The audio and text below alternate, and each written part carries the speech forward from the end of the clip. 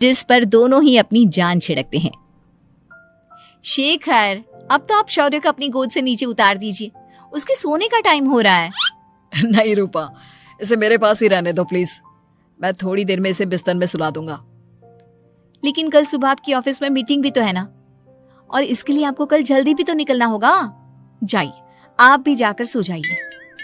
क्या यार, अभी तो मेरी गोद में आया था मेरा बेटा और तुम उसे लेकर जा रही हो। बाद में कर लेना अपने बेटे से प्यार, अभी जाकर सो जाइए। रूपा शेखर से शौर्य को ले रही होती है कि तभी शौर्य रोने लगता है।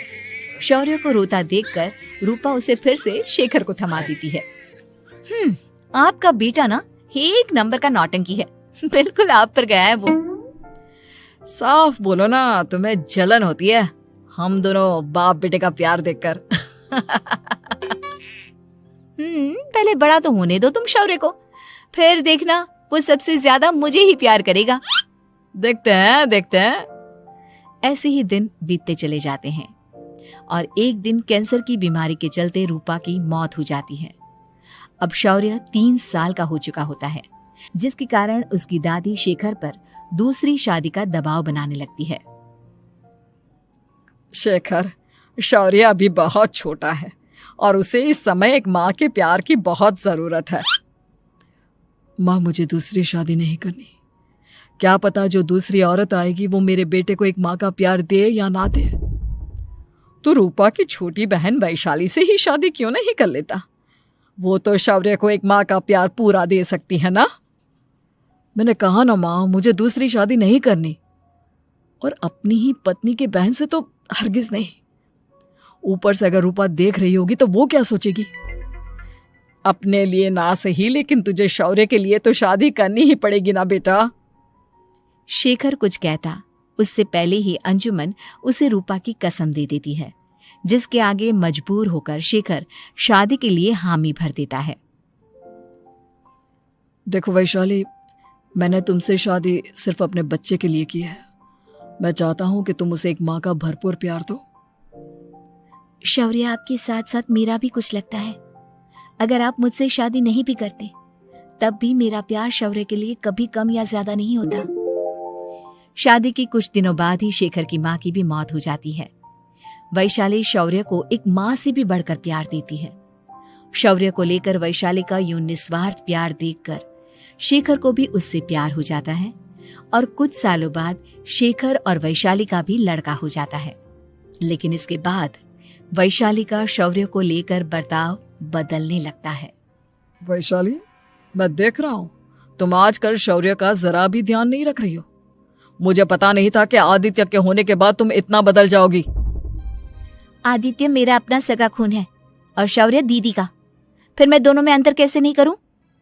माँ भले ही दोनों के अलग अलग है, लेकिन पिता तो एक है ना। अगर मुझे पहले पता होता कि तुम इतनी जल्दी बदल जाओगी तो मैं कभी तुमसे शादी ही नहीं करता। हाँ, तो किसने कहा था आपसे मुझसे शादी करने के लिए? मैं थोड़ी ना आई थी आपके पास, आपकी माँ ही आई थी मेरे घर आपका रिश्ता लेकर।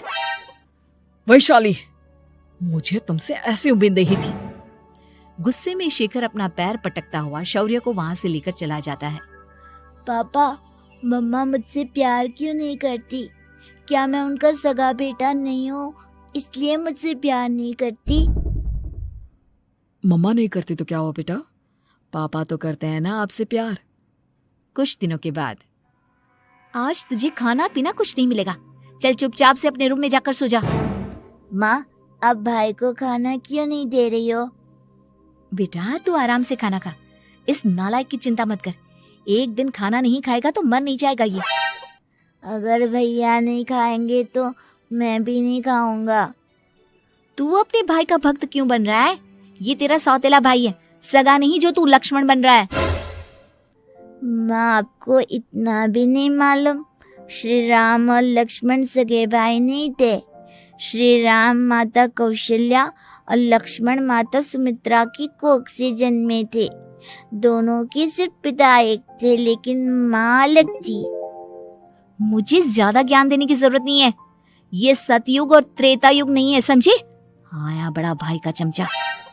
इतना कहकर वैशाली वहां से चली जाती है। जिसके कुछ टाइम बाद शिखर वहां आता है और आदित्य उसे सारी बात बताता है। मुझे माफ कर दो शौर्य, तुम्हारी माँ के जाने के बाद मुझे दूसरी शादी का फैसला करना ही नहीं चाहिए था। अगर मैं दूसरी शादी नहीं करता तो शायद आज तुम्हारी ये हालत ना होती। नहीं पापा, अगर आप शादी नहीं करते तो मुझे आदित्य जैसा छोटा भाई कभी नहीं मिलता। थैंक यू मुझे इतना अच्छा भाई देने के लिए। तुम दोनों हमेशा ऐसे ही साथ रहना, फिर कोई भी तुम दोनों का कुछ नहीं बिगाड़ पाएगा। चलो मैं तुम दोनों को आइसक्रीम खिला कर लाता हूँ, बहुत भूख लग रही है ना।